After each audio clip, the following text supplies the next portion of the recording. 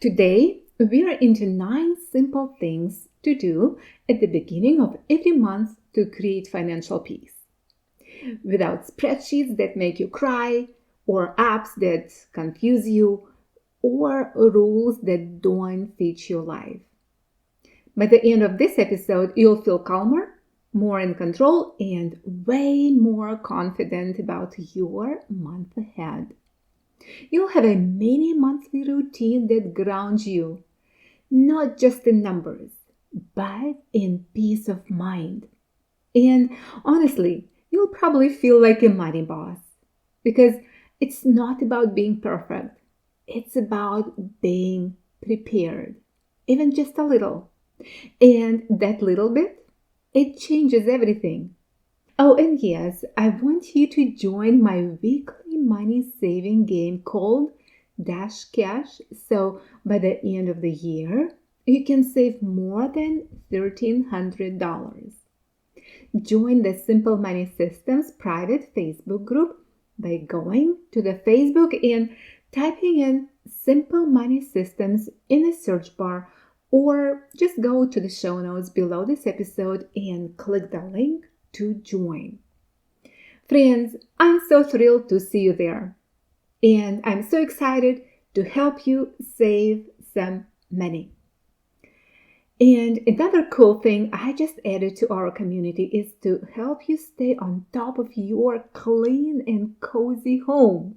Yes, you'll know exactly what part of your home needs your undivided attention without demand or dragging and procrastinating cleaning those shelves or window sills or even not looking under the bed.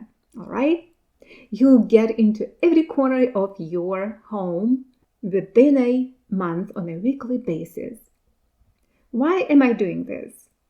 How is it related to finances topic? Because when you organize your home finances, it spreads into other areas of your home, right? Well, do it all in a fun and non-demanding way, so you actually enjoy doing it. Now, grab your coffee, your cozy seat, or your laundry basket. I see you multitasking there. And let's jump into your new monthly money rhythm.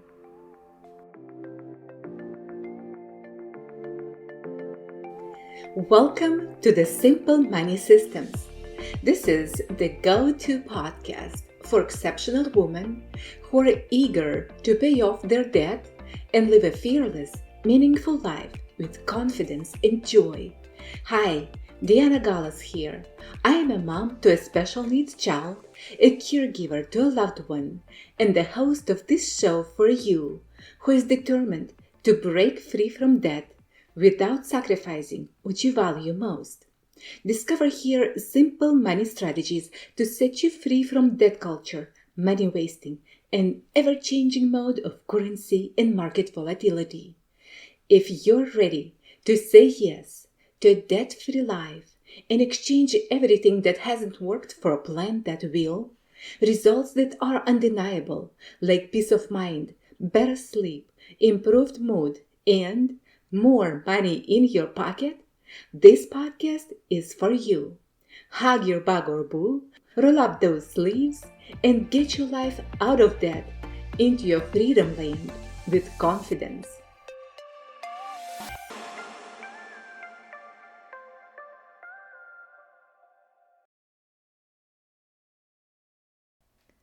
I used to think financial peace was something for other people.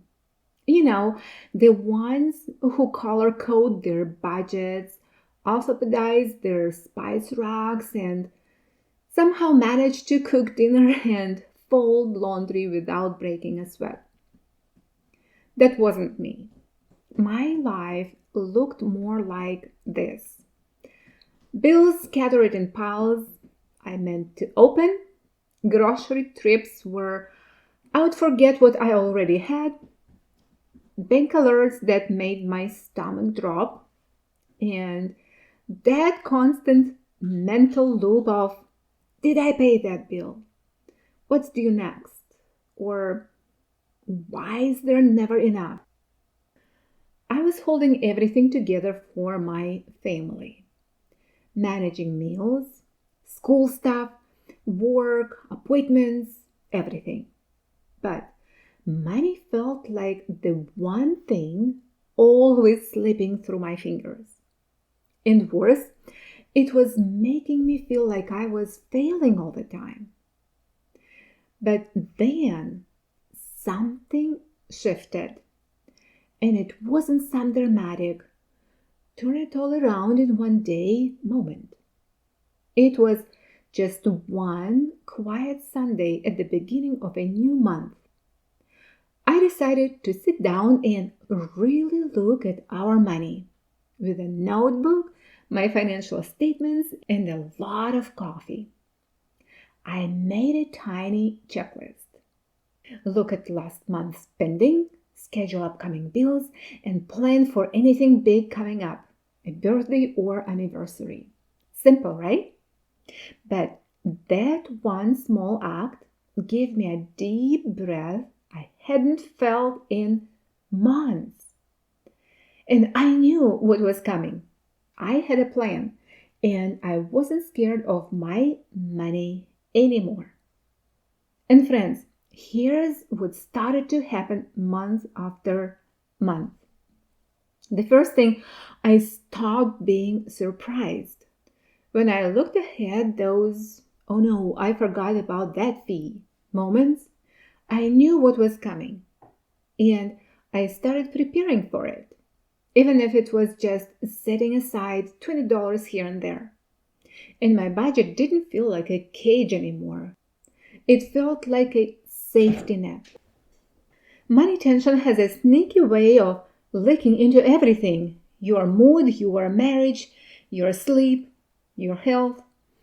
But when I started planning each month in a simple rhythm, I had less brain clutter.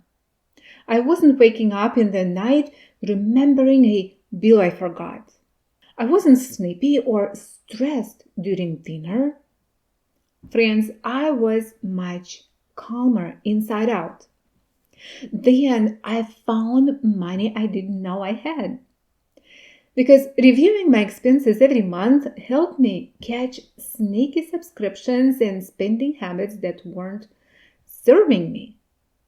And all of a sudden, I had extra cash I could actually use to save, to pay off a bill, or even just to treat myself without a guilt. Another thing, I became more confident. Doing these simple things gave me proof that I was capable. And I didn't need a finance degree or fancy app or spreadsheet. I just needed a system that made sense for my life. A busy, full, sometimes messy life, and I found it. Also, friends, I finally felt like a good steward of what I had, not just managing money. I became a steward of my finances. And that peace, it wasn't just about numbers, it was knowing that I was being faithful with what I had, even if it wasn't a lot. That I was leading my home well, that I was showing my kids how to be responsible and resourceful without stress running the show. And I won't pretend every month is perfect now. Life still throws curveballs. Kids get sick, groceries go up, cars break.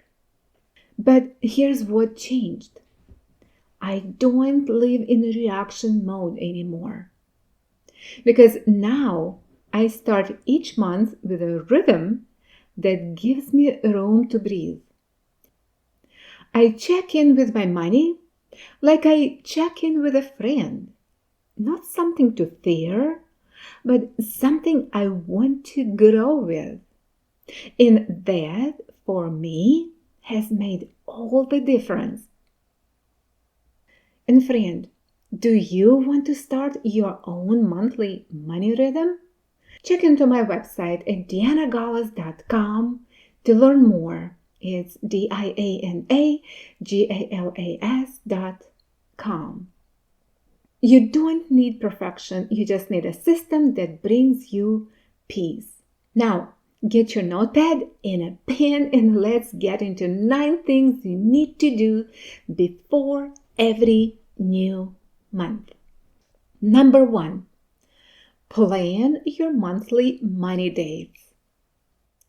Every month, like clockwork, my husband Larry and I hop on our bikes and ride to a quiet park, not just for the fresh air, but for what we've come to call our money date.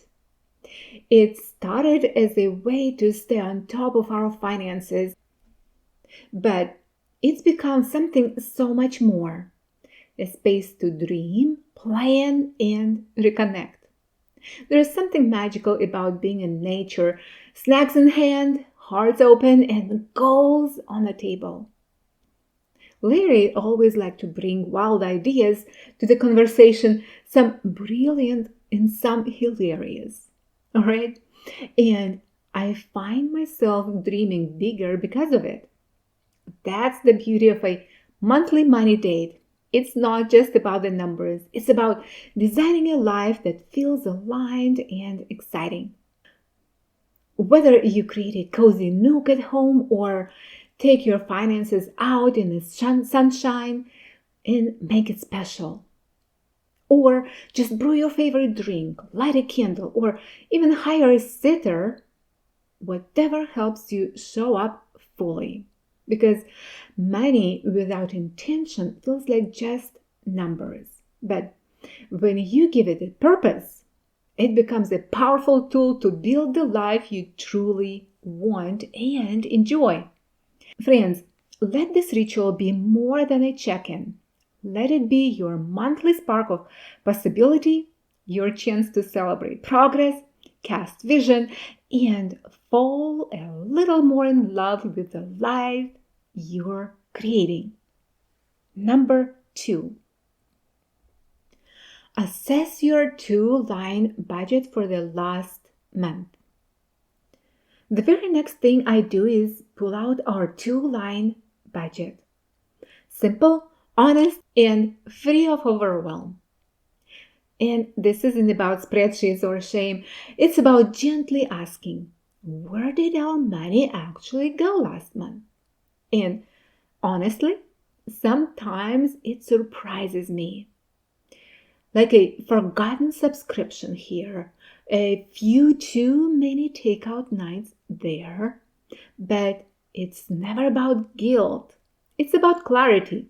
Because when you take time to look without judging, you start to see patterns, opportunities, and even a little wins you might have missed. Maybe you stayed within your grocery limit. And friend, celebrate that. And then maybe you didn't, but now you know what to tweak. All right? Because awareness is the first step toward peace. And this moment of reflection brings power. It's also when I remind myself that unexpected expenses don't mean failure. They simply mean life happens, right? That car repair or dentist visit, that's exactly why I teach my students in the debt-free budgeting course to build an emergency fund the first thing. It's not punishment, it's protection. And by reviewing this way, gently, curiously, honestly, we are not just budgeting. Friends, we are building resilience 1 month at a time. So don't be afraid of what the numbers say. Listen to them like guiding you home to peace, purpose, and progress. Now to number 3. Review your goals and update your monthly planner. Once we finish reviewing where our money actually went last month, I shift gears into one of my favorite parts of the ritual, dreaming forward. I pour another cup of coffee, open my planner, and take a quiet moment to revisit the goals we set. It's not about perfection, it's about progress. Maybe we inched closer to our savings goal or stuck to our dining out limit. That deserves a little happy dance. These tiny wins add up, and when we take time to celebrate them, it fuels our motivation for the next round. I look at what worked, what fell off, and where we need a gentle pivot. Then I pull out our monthly calendar, birthdays, school events, or random fees, and sketch out what's coming. It's like turning on the headlights before a dark drive. Because planning ahead, even loosely, turns surprise expenses into smooth checkmarks. I break out big dreams down into bite-sized steps. How much should we save each week to hit that vacation fund? Or what can we pause this month to free up cash? And just like that, the overwhelm shrinks.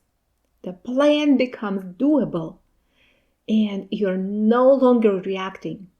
Friend, you are leading. And that feeling, deep confidence, that's what it means to be the calm, clear-minded CFO of your home, prepared and not panicked. All right, number 4, update fixed and variable expenses using two-line budget method. Once the goals are updated and the calendars filled with birthdays and oil changes, it's time for the part that brings everything into focus, updating our two-line budget. And I keep it simple, just 2 clear lines, fixed and variable expenses. And that's it. No spreadsheets needed, unless you love those. Fixed expenses are the usual suspects. Mortgage or rent you pay, then internet, your insurance. They give us a steady baseline. And then I look at our variables. Groceries, gas, last month's spontaneous pizza nights, and this is where the magic happens. With a quick glance, I see where we're drifting and where we're staying grounded. It's not about being strict, it's about being aware. And when I plug those numbers into our updated two-line plan, it feels like I've just mapped out our whole month. And if things feel tight, I adjust. If I've got some wiggle room, I redirect that extra toward our bigger goals. Maybe savings, maybe a little fun. This practice gives me such peace of mind because instead of waiting to see if the budget works after the month ends, I'm steering the ship before it even sets sail. It's our game plan. Doable, flexible, and refreshingly clear. And every time I do it, I feel a little more like the calm, confident home CFO I want to be. Now to step 5. Schedule fixed expenses. Now that our budget is refreshed and our money is mapped, it's time to do something that brings instant calm to our everyday chaos. Scheduling fixed expenses. This one step alone has been a total sanity saver in our home. I call it my bill pay peace plan. I log into our bank account and line them up like little dominoes using the bill pay feature. With just a few clicks, I know everything is handled. No last-minute scrambles, no missed due dates, no mental gymnastics, trying to remember what's coming out and when. And friends, I used to rely on apps, but they felt like too much noise. Now it's just me, my notes, and the bank dashboard. And more, automating these payments has freed up so much headspace. I can breathe knowing our essentials are covered. And here's the beautiful part. Once your fixed expenses are scheduled and set, it feels like the whole month opens up because you stop living in reactive mode, right? You step into a season of proactive peace. It's like your brain can finally take a nap, and in a busy mom's world, that's priceless. All right, now to step number 6. Set next month's credit card credit limit. Oh, my tongue just dangled. Well, this step might just be your secret weapon for confident, conscious spending. Setting your next month credit card limit. Now, before you tense up, this isn't about restriction, it's about empowerment. Friends, each month I grab my calendar, glance over our upcoming events, hello birthdays, school fees, and surprise pizza nights, and ask myself, what's a realistic number that keeps us in alignment with our goals and gives us breathing room? Then I log into our card account and adjust our credit limit manually.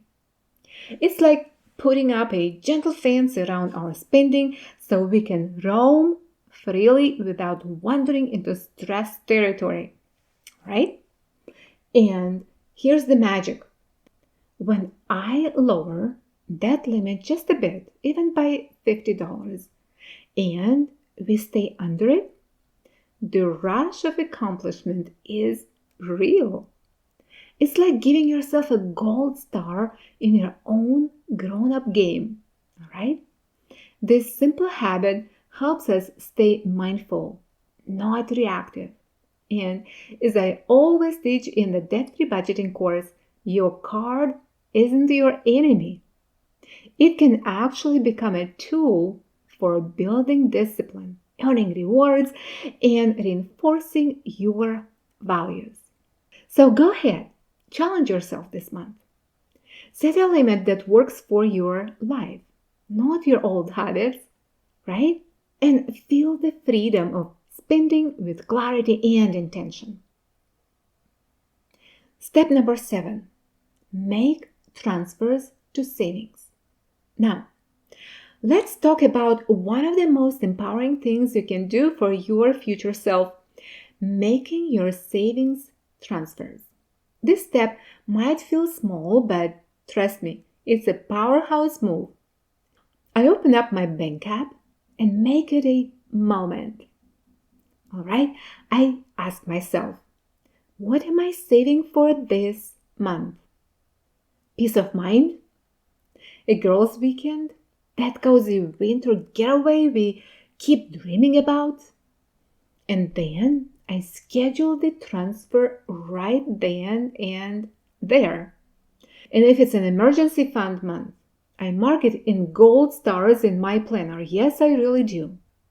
If it's a reward goal, say new noise canceling headphones for my work time, I picture the joy it'll bring when I hit that number. And don't forget to sweep over that credit card cash back you earned.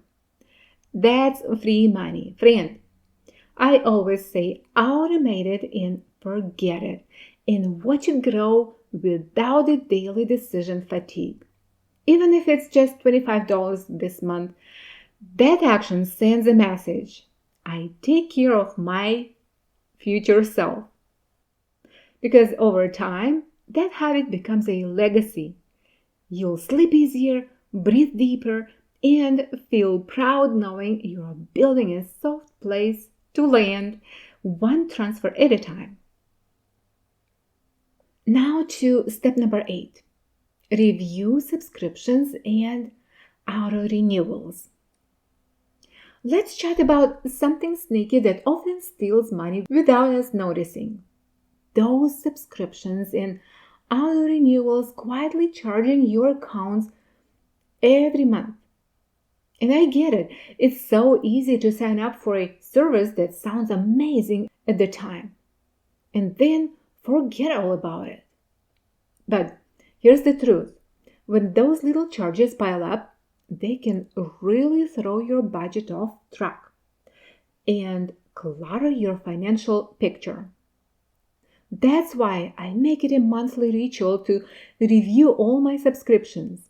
I pull up my bank statements, check my app stores, and ask myself, am I really using this? Does it still bring me value? If the answer is no, I cancel it right on the spot. No guilt, just gratitude for filling up cash and mental space. Then I jot down any upcoming renewal dates so I am not caught off guard later. This simple habit helps protect your cash flow, keeps your budget tidy, and often frees up money for things that truly matter. Maybe a little extra self-care or a special treat for your family. It's like giving your finances a fresh breath of clarity and control. Give it a try this month. Your budget and your peace of mind will thank you. And now today, step number 9, last but not least, check in with your mindset. Friends, managing money isn't just about crunching numbers. It's about how you feel when you see those numbers on the page. Every month, I invite you to pause and ask yourself one simple but powerful question. What's one way I can feel more at peace with my money this month? Maybe that means journaling through worries, setting a new spending boundary, or simply giving yourself grace where you are right now. Creating just one habit, a gentle rhythm with my power hour each morning to set calm intentions, and my honor hour at night to unwind and reflect, because how you start and end your days shapes your entire month. These small pockets of time, just 10-15 minutes, can completely transform your mindset and energy. And when you check in with yourself like this, you're not just taking off tasks. You're stepping into the confident, grounded woman who knows she is capable of leading her money and her life with grace and strength. And that, my friend, is truly powerful. Now, let's summarize what we've just covered about 9 things to do at the beginning of every month for financial peace. The first thing, plan your monthly money dates. Number 2, assess your 2-line budget for the last month. Number 3, review your goals, update your monthly planner. Number 4, update fixed and variable expenses using 2-line budget method. Number 5, schedule fixed expenses. Number 6, set next month's credit card credit limit. Number 7, make transfers to saving. Number 8, review subscriptions and auto renewals. And number 9, check in with your mindset and just set up one healthy habit to implement this upcoming month. Now, friend, before you go, if today's episode made you feel a little more in control, a little more hopeful, or just plain seen, I would be so grateful you would take a quick moment to follow the Simple Money Systems podcast and leave a review on Apple Podcasts. This is where I read all your reviews, because your words matter more than you know. Not just to me, but to other moms out there searching for a judgment-free space to learn, grow, and to get their money life together with grace. And hey, if something specific really clicked with you today, or if you've got a question that's been sitting on your heart, I would love to hear your voice. You can leave a quick voice feedback message through the link in the show notes. Here's my kitty cat right here with me, purring and happy. Alright, friends, these messages help me understand your real life questions, struggles, and wins. Alright? And they guide future episodes so we can grow together in this beautiful land of financial freedom. I'm so grateful for you being here. Thank you for listening, and thank you for being the kind of a woman who shows up for herself and her future.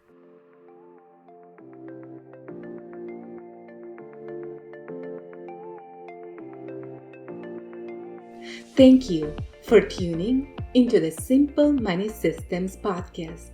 I hope you found this episode insightful, and I truly believe that a mom like you can be an inspiration to many others just by simply sharing this podcast and leaving a path of precious gems for those moms who are yet to find them. So together, we can create a community of exceptional moms who stand behind each other. Would you share it with other ladies so they can also find a way to a purposeful, debt-free life? Your precious gem is yet to shine. Get it out and share your light with others. Take a good care of yourself, and I meet you right back here at the Simple Money Systems, where your financial freedom journey begins.